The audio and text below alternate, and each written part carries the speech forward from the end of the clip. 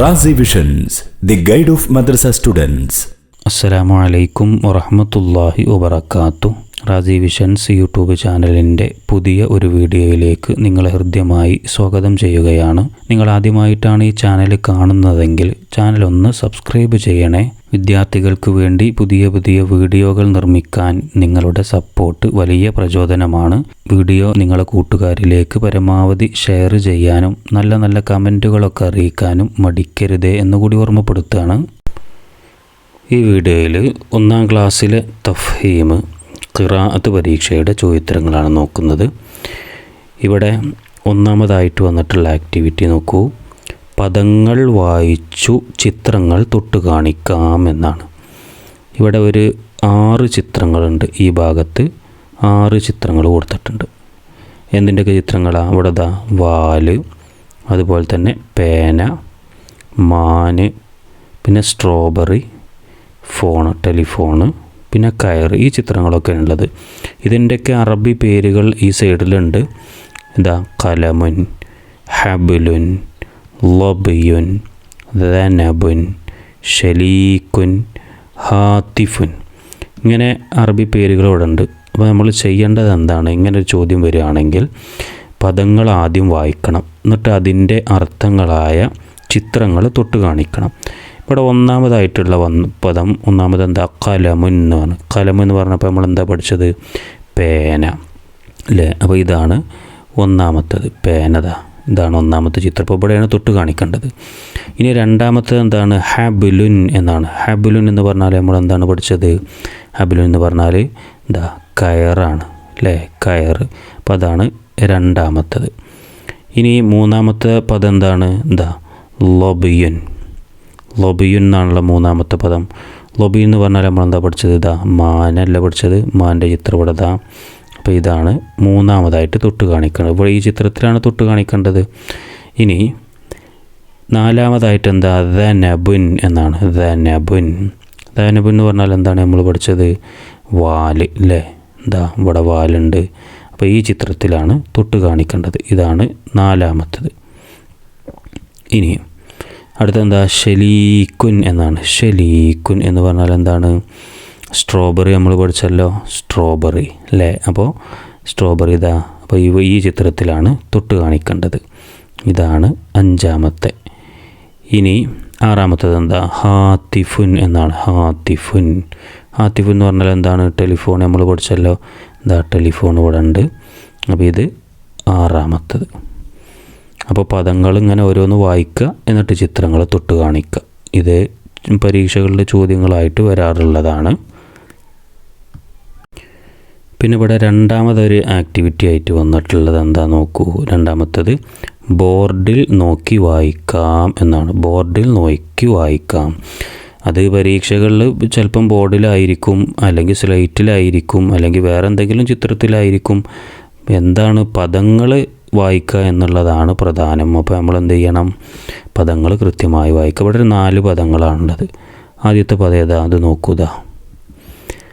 ബുഹൂറുൻ എന്നാണ് അല്ലേ? ബുഹൂറുൻ എന്നാണ് ആദ്യത്തെ പദം. അപ്പോൾ നമ്മൾ ഒറ്റടിക്ക് മുഴുവനായിട്ട് വായിക്കാൻ പ്രയാസമുണ്ടെങ്കിൽ ഓരോ അക്ഷരങ്ങൾ നോക്കുക. ബു, പിന്നെ ഹൂ, റുൻ, ബുഹൂറുൻ. അങ്ങനെയും വായിക്കാം. ഇനി അടുത്തത് എന്താണ്? എന്താ? യംശൂന എന്നാണ്. യംശൂന. നേരത്തെ പറഞ്ഞ പോലെ തന്നെ ഒറ്റടിക്കണ് വായിക്കാൻ പ്രയാസമുണ്ടെങ്കിൽ എന്ത് ചെയ്യുക? ഓരോ അക്ഷരങ്ങൾ എടുത്ത് ഇങ്ങനെ വായിച്ചാൽ മതി. ആദ്യം യം ശൂന, അങ്ങനെ യംശൂന, അങ്ങനെയും കൂട്ടി വായിക്കുക.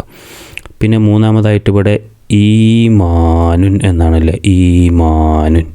നേരത്തെ പറഞ്ഞ പോലെ തന്നെ അക്ഷരങ്ങൾ ഓരോന്നായിട്ടും വായിക്കാൻ പ്രയാസമുള്ളവർക്ക് അപ്പോൾ ഇങ്ങനെ ഈമാനുൻ, ഈമാനുൻ. ഇനി അതേപോലെ തന്നെ നാലാമത്തത് എന്താ? ജന്നത്തുൻ എന്നാണ്. ജന്നത്തുൻ.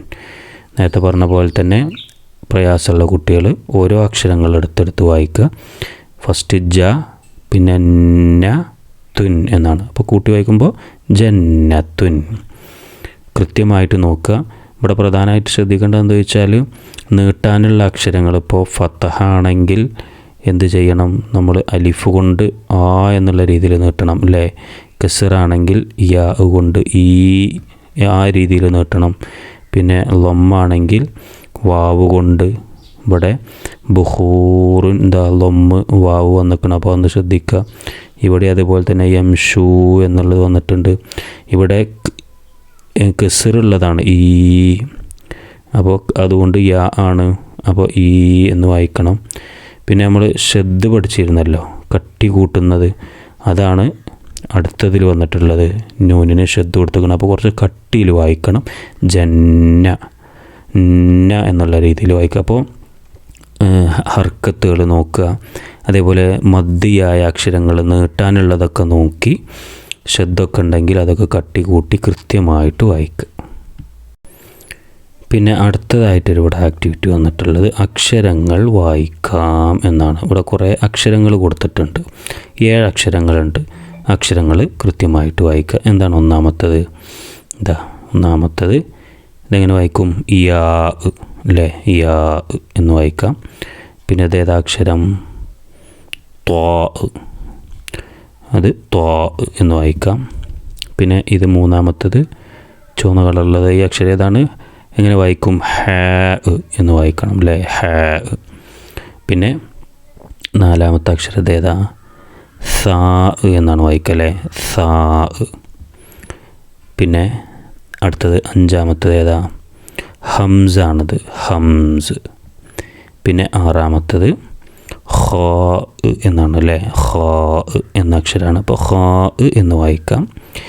ഏഴാമത്തത് അവസാനത്തത് ഏതാണ് അക്ഷരം? സായ് അല്ലേ, സാ എന്നും പറയാം.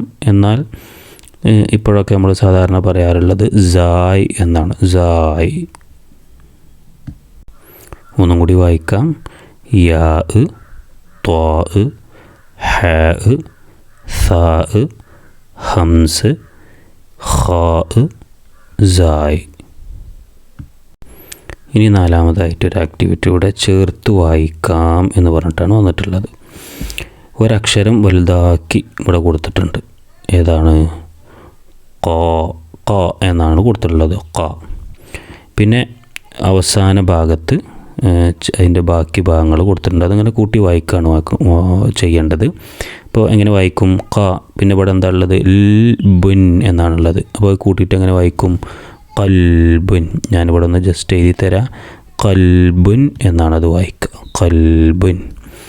പിന്നെ അടുത്തത് ഖ കഴിഞ്ഞിട്ട് ബി ല എന്നാണുള്ളത്. ബി ല. അപ്പോൾ ഇതെങ്ങനെ വായിക്കും? ഖ ബി ല എന്നല്ല വായിക്കുക. ഖ ബി ല, ഖബില.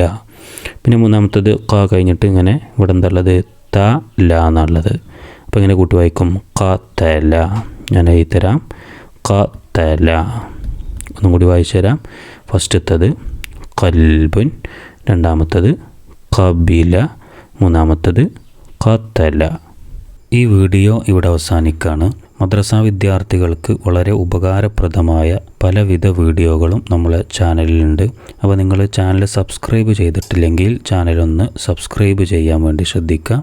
അസ്സലാമു അലൈക്കും വറഹ്മത്തുള്ളാഹി വബറകാതുഹു.